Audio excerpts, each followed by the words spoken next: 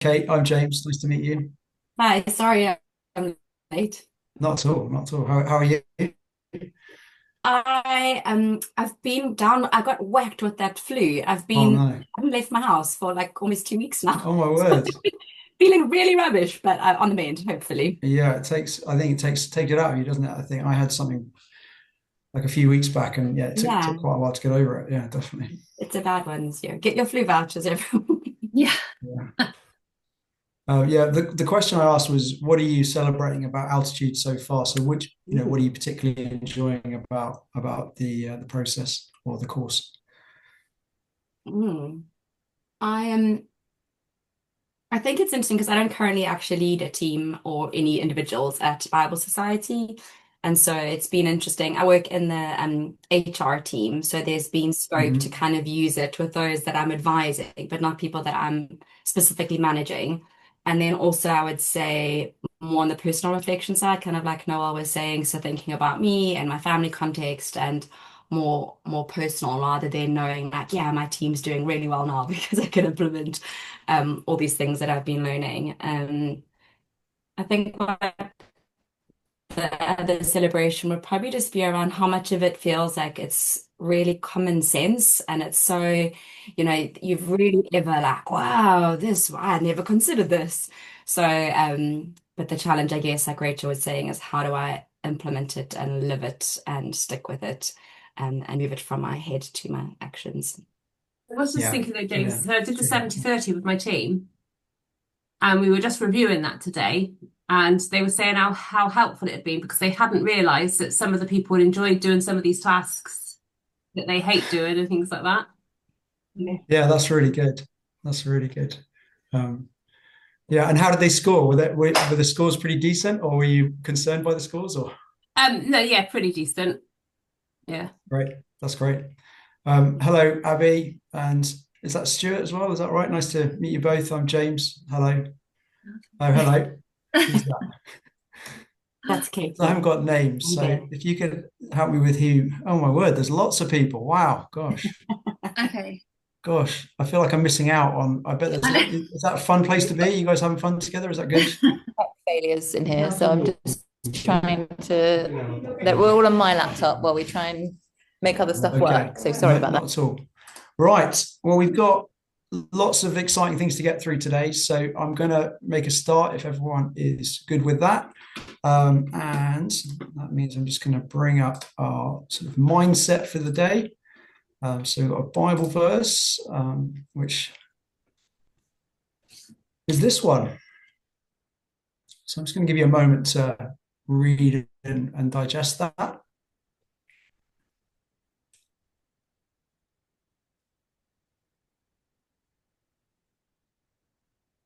Do not conform to the pattern of this world, but be transformed by the renewing of your mind.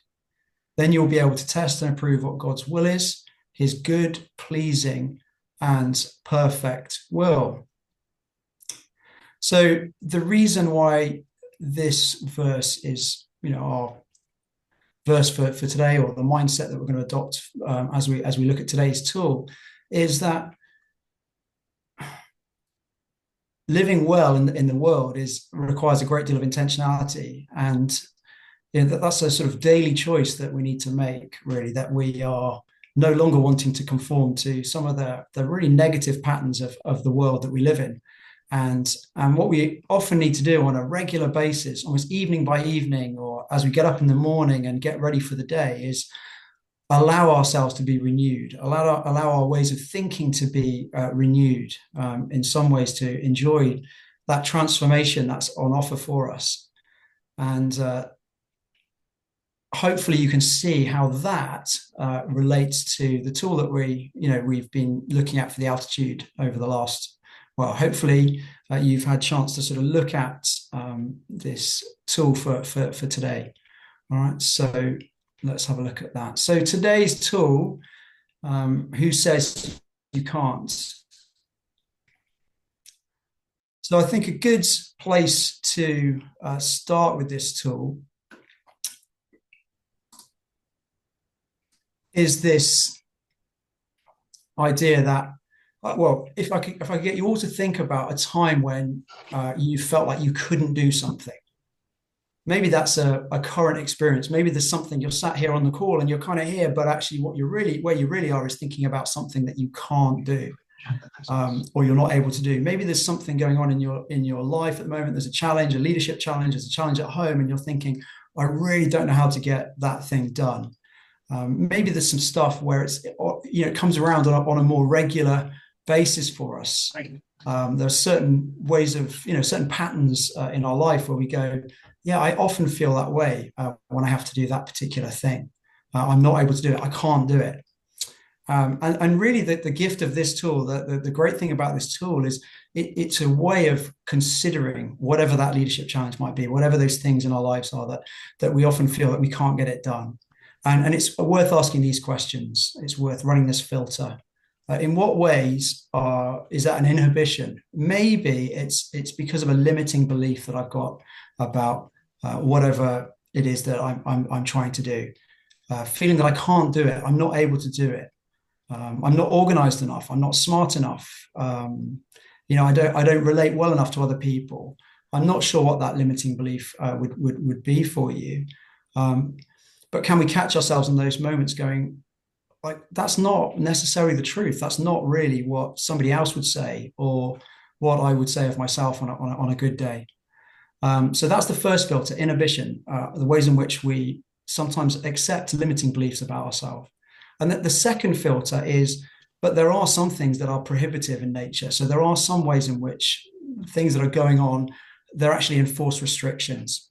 Okay. And so we want to be able to think about those as well. So we want to sort of say, yeah, there might be some limiting beliefs, but there might also be some practical things that are restrictions. They're showing up and they're, causing me to not be able to progress things in the way that I would like to be able to. So the tool really offers three types of prohibition, three things that can cause resistance in terms of us being able to take ground and overcome whatever challenge it might be. The first one is barriers. So those are things that you can't change, and they're there and they might not be there forever, but they're maybe there at the moment in this particular season. That might be a financial restraint. That might be some license that you don't currently have, and therefore you can't do the thing that you want to be able to do. There's a barrier. There's actually something that's stopping you from being able to do that. So the tool helpfully sort of says that's a barrier for you, but actually there might be somebody within your organization, maybe another leader or somebody else around you. It's not a barrier for them, and actually, it's possible for them to, be able to help you navigate whatever it is that's presenting a challenge. So that's one thing can be helpful when you think about barriers. The second one is hurdles. So there are some things that they're obstacles, but there's the potential for us to be able to overcome them. And that might mean we need to think of another way around it, or we need to ask for somebody else's help to get over that particular obstacle. There might be some, training that we need to do in order to be able to do the thing that we want to be able to do better than we currently can do it. And the final one we've got there is gaps. So there's also some times and ways where we go, there's something that is a gap, and I need to either fill that gap or I need to find a way of getting over that gap. That might be, putting something down so I can walk across it. So those are three different ways of thinking about things that could show up as being prohibitive. They could potentially be areas that we need to work around.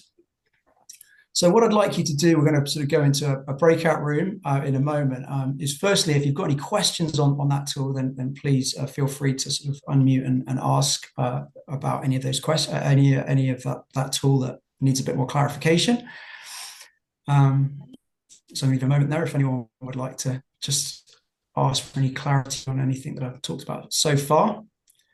And then the question really for your breakout rooms is I'd love you to think about maybe a leadership challenge that you've got going on at the moment. This could be at work, it might be at home, and I want you to kind of run this filter. So you may have done that already, and great, you can talk about that. What difference has this tool made to something that's kind of going on, a problem that you've got at the moment or a challenge that you're trying to overcome? Or if not, what would be a way in which this tool might help you? So you can talk that through with someone and see if this tool actually helps you to get clarity over whether it is an inhibition or to what extent it's a prohibition. Sometimes it's, I think, a combination of the two. Sometimes it's a kind of limiting belief, but there are also some practical things that may need addressing as well.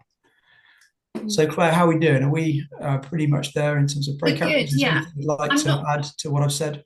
No, I think that's all good. I'm just thinking, the guys in the Shaftesbury room, I've obviously put you into a single breakout on your own, but I don't know how that is going to obviously come up on your screen, whether or not that's going to work. So if you obviously put yourself into a 2 and a 3, and we can get your feedback afterwards. And Noelle, I'll be in with you shortly. Okay.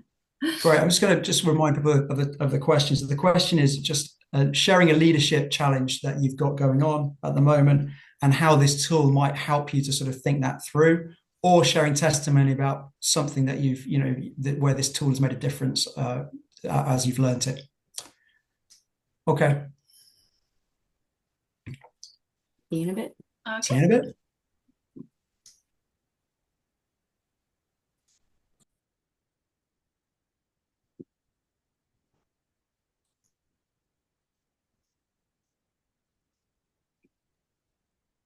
Hi team, I'm hoping we haven't just left James in that breakout room. He came in to join us and now he's not on my screen. Isn't Kate around as well? Yeah, Kate was Kate and Yeah. Rachel. Oh yeah. That's strange. Oh, they're coming Oh, back. yeah. But I think the You are. participants, We were they worried don't show for breakout rooms. that you were lost in breakout room land then. Right. Can we just all agree we're not going to tell Laura that I managed to end up in a breakout room on my own when reading. So And can we just unfortunately, agree that what goes on tour stays on tour in this occasion? Okay, so we're just not going to mention although that. I have started the recording already, James. So if she, Brilliant. she won't Brilliant. know So I just unless she outed watches myself this. as well, just to add insult to injury. So okay, brilliant. Well, I hope you're having some really healthy conversations. I'd love to hear from the Shaftesbury room first, if that's okay. So, Abby, if you could lead us to start with on what you looked at and what were your insights for your conversation, please. Yes, I can absolutely say that. So one of the barriers that we identified is kind of tech restrictions. So from a marketing perspective and fundraising, we can't email automatically. We don't have any automation for our emails, and we don't have very good data. So both of those things are big barriers because they are out of our control. They're in Matt's control. Mm-hmm. But it's a bigger issue that's kind of a big organisation-wide issue. So we are at the mercy of the higher ups making these decisions on when we can get those things. So they are actual barriers for us at the moment. However, we do hurdle over them because we come up with other ways of emailing people that isn't automatic and takes a lot of time and is really clunky and isn't beautiful in any way. And that creates gaps then because we need more people because we've got too much to do. So because of all the hurdling. Yeah. So it's it's a bit of a complicated one, but yeah. And the hurdling reinforces the barrier because once you show that you can hurdle it, they don't want to remove the barrier. Yeah. So we decided we're going to stop hurdling. And then you get gaps. And if you put a hurdle in place of a crash barrier, you're still going to crash. Yeah. You can take other people out with you. And then all the horses in this race are in deep trouble. I just love the analogy. But we did walk you through, and I said, like, if I'm there and if there's a barrier that comes up to me and it's my barrier to try and resolve, well, in which case then for me, I've got a barrier that prevents me from doing and helping and supporting as well.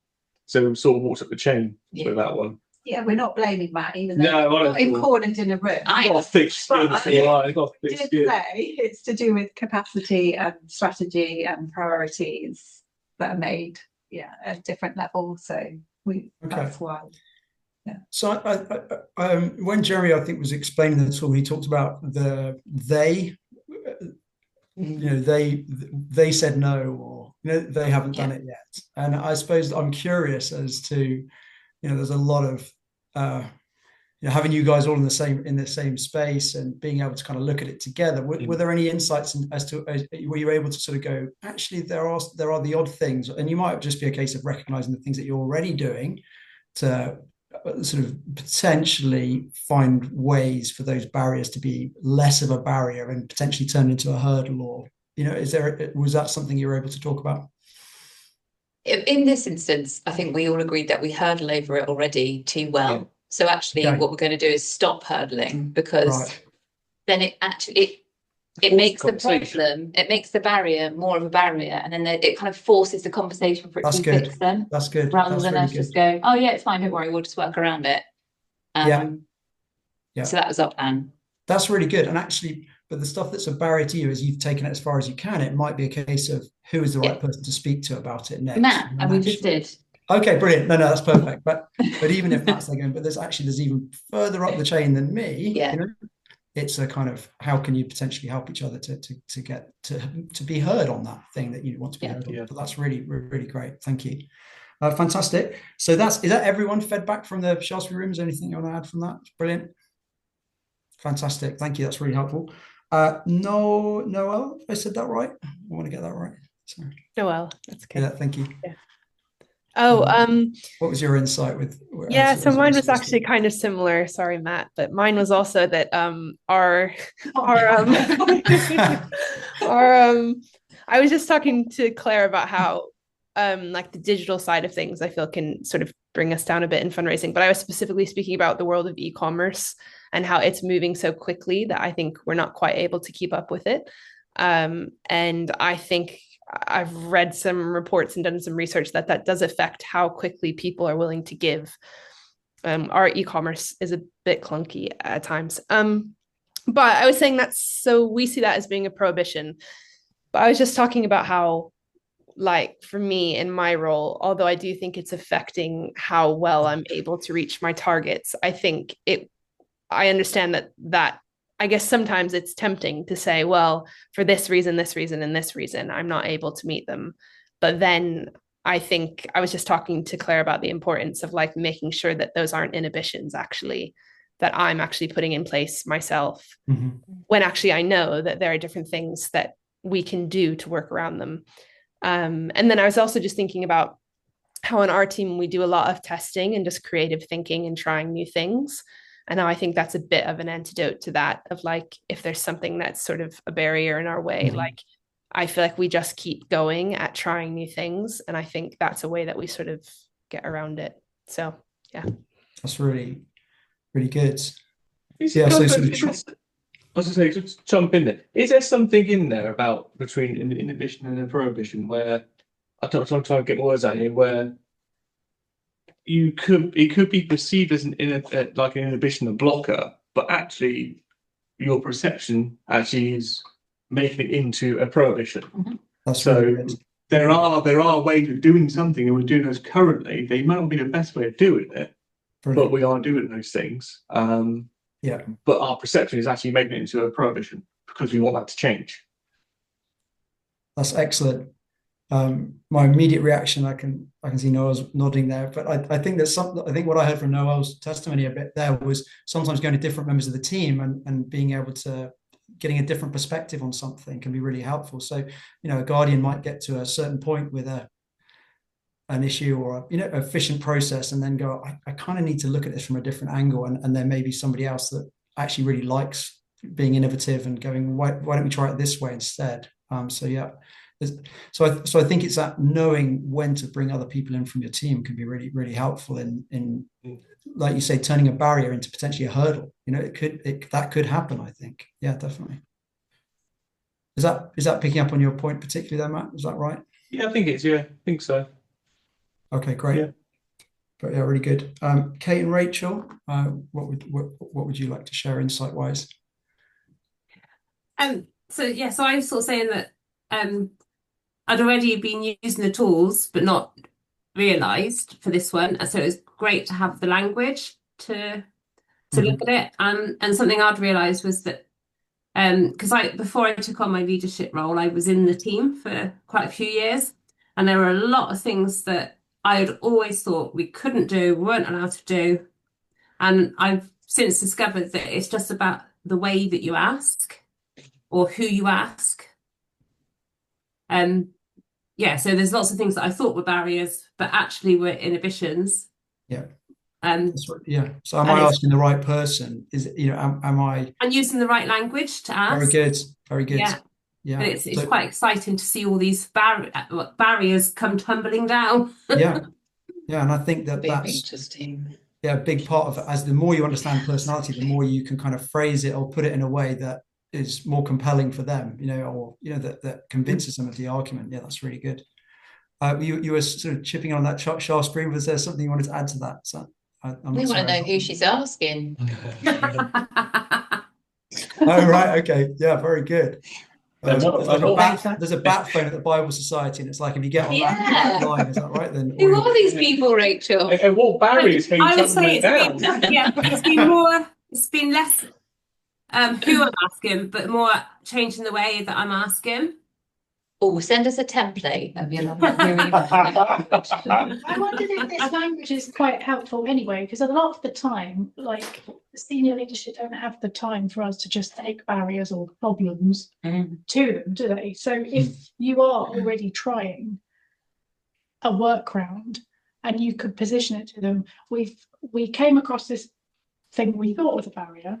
We have actually tried to hurdle it, and we've now tried all of these things, but it's actually creating more gaps for us and more problems. So now we're bringing it to you so that they feel like it's not just we've got an issue, solve it. Actually, we've already tried in our own strength. And there's nothing more we can do to make this any easier. And actually, it's starting to cause strain on the team. Yeah. I wondered if we could use some of this language to convince that. And particularly, I think if you don't mind me adding to that, you can also sort of propose what you could do. These are some easy wins, these are some solutions, and build an argument for why those things could be fairly easy to implement, so that you're not just kind of giving them something to solve. It's and we've actually thought through what kind of a difference we could make with that. So really great to get you guys in the room together and sort of be solving some. It sounds like you're making some good progress on these things. Kate, just very briefly, if that's okay, and then I just want to give you guys back more time to sort of get into the stuff that you've been talking about. So, Kate, please. Yeah, no, Rachel basically had all the really good examples. I was just along for the ride largely.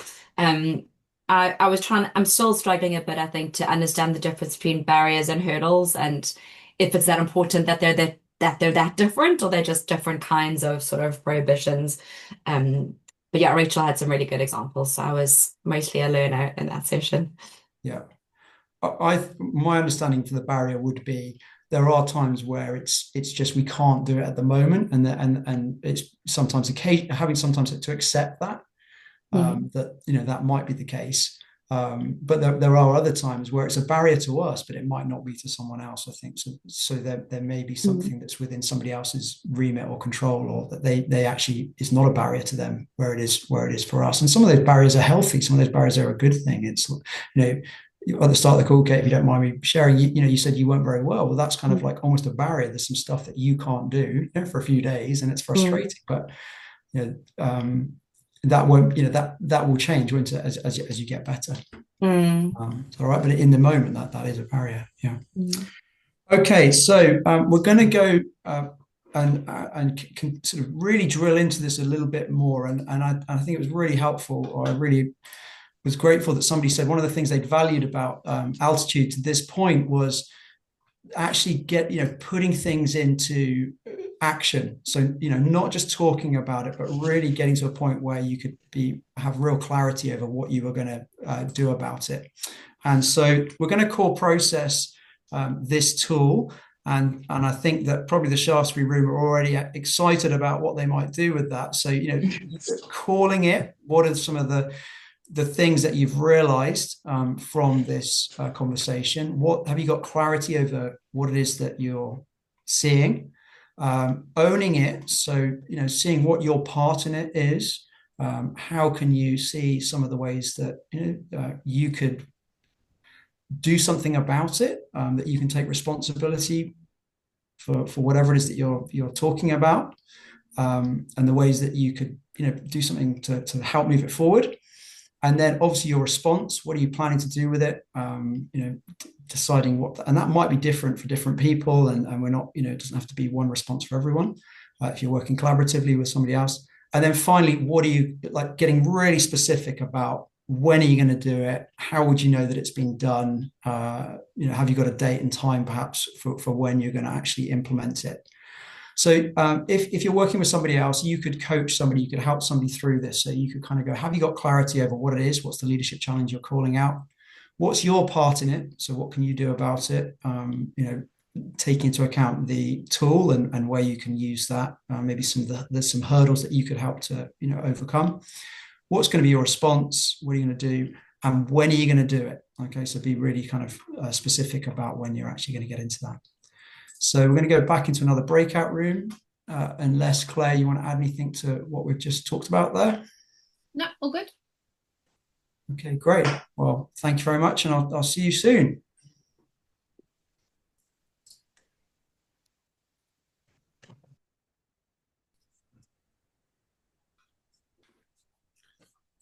Okay, great. So welcome back, everyone. It would be really good to hear from from all of you, in fact. So, Kate and Rachel, would you like to start us off? So, Kate, would you like to go first this time, please? Is she there? What do you mean you? I don't think she's there. They might not have come back in yet, James. Okay, no problem. Noelle had some good brilliant science. There you go. Would you guys like to go then, Noelle? Yes. So we did core process. Okay, so I was talking about sort of thought patterns, and so calling it was like thinking about the way that we think about inhibitions and prohibitions. And then owning it was sort of recognizing my own thoughts. And then I was thinking a bit about my team as well, who I think are awesome, but also sometimes I think we can have collective feelings about the frustrations we have with prohibitions. And so I was thinking about both of those things, like how do we think about sort of the barriers that we face?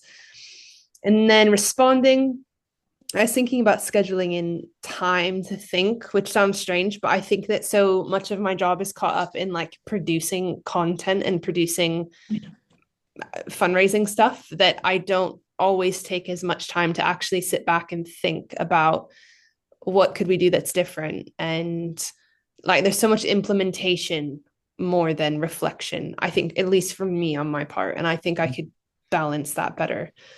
And so that was my response. And then execution was just scheduling that basically. Very good. And yeah, that was basically it.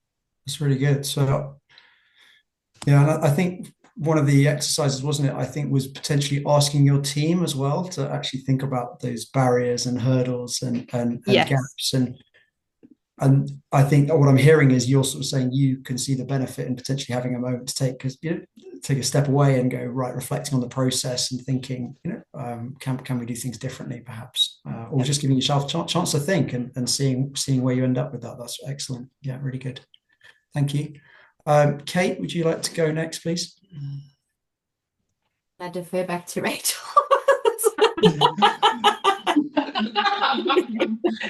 We got into some really good like respond, execute details for the bits, but we mostly did her core process from start to finish. So I'll hand back to Rachel. Okay. I honestly didn't try and take over the whole session. No, I'm sure. Yeah, it's quite interesting because we did the respond course. So the call it was that some storytellers couldn't pay for their membership. The own it, we said was my role in it was to find a way that we can help them. And that had always been a prohibition because I'd been told there was no way we could help them.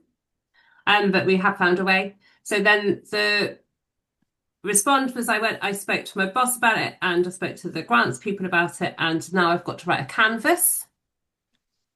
And my execute is it's got to be written by the end of November. Okay. Because I haven't been writing it. Brilliant. Yeah, so you can kind of put in like when are you going to do it, like Yeah. some specific dates, maybe kind of even how are you going to reward yourself, how are you going to celebrate if you get it done, by a particular time. So yeah, excellent, really, really good, well done, that's excellent. And Shaftesbury room, it looks like a bit of a cabinet meeting room or something. It sounds like I'm hoping you've made some, taken some really significant ground there. So we're all waiting on bated breath, I should say. Prime Minister, happy. It's the Cobra briefing room. Yeah, the Cobra briefing room. There you go. Brilliant. I had a question because I was thinking about it then. Yeah. The own it bit of the core process, that's a personal thing, isn't it? So what's my part in this? Yeah. So can it be like in this email automation thing, can it be that owning it part is actually something you've already done? You've owned there is something I can be doing in the meantime to overcome it. But you're stuck on what's next. Is that like the... I guess so. I don't know. I always thought that own it bit was why. Why is it happening? Yeah.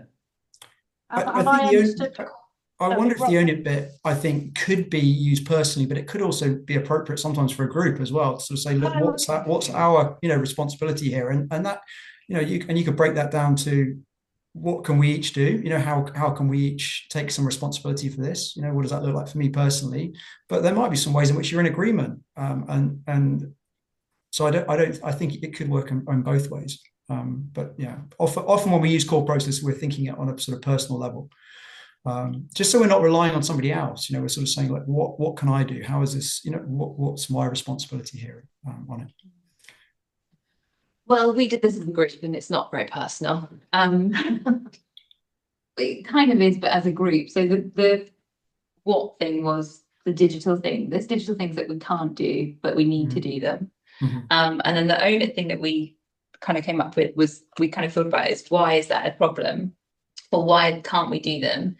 And it's almost like this disparate management and ownership of them. So rather than it just being one person that goes, I'm going to own this, there are so many people that are invested in it, and there are so many people that are kind of in charge of different bits of it. So there's no clear funnel.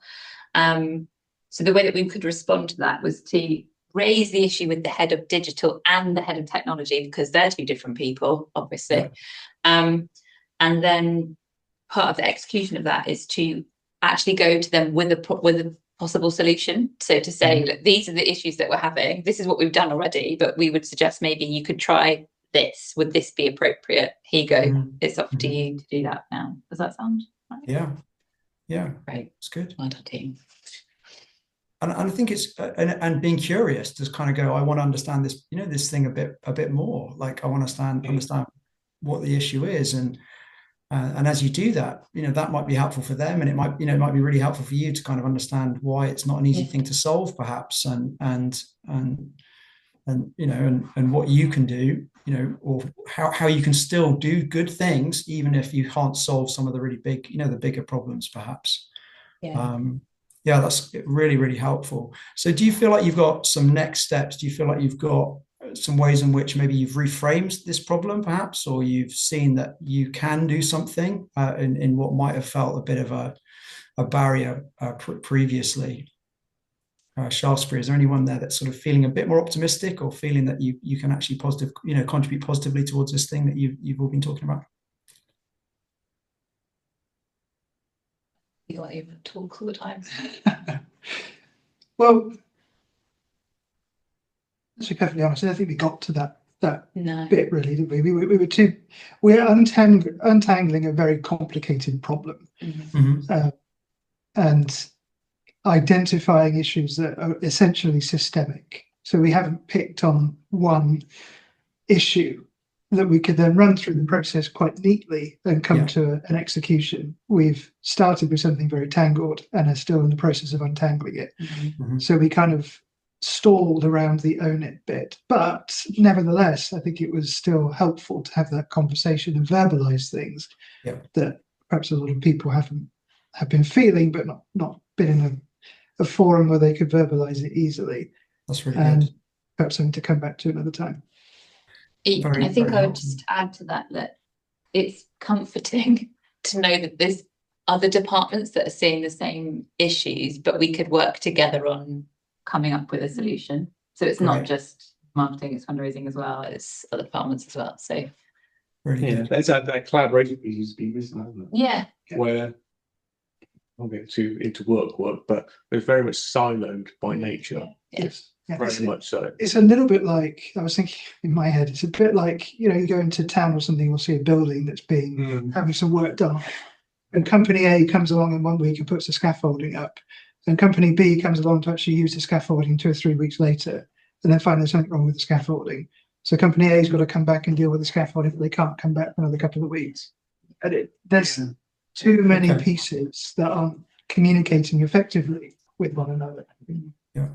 And Matthew, how was it for you to sort of hear from those different views, and as somebody that sounds sort of like that's more part of the team that you might be in, or more part of your role? Was it good? Was it helpful? Did you find yourself, It was helpful. Defensive? Was it okay? Yeah, I don't find it offensive, because I think it's part of a big, the challenges we have are part of a bigger problem with Bible Society, fundamentally.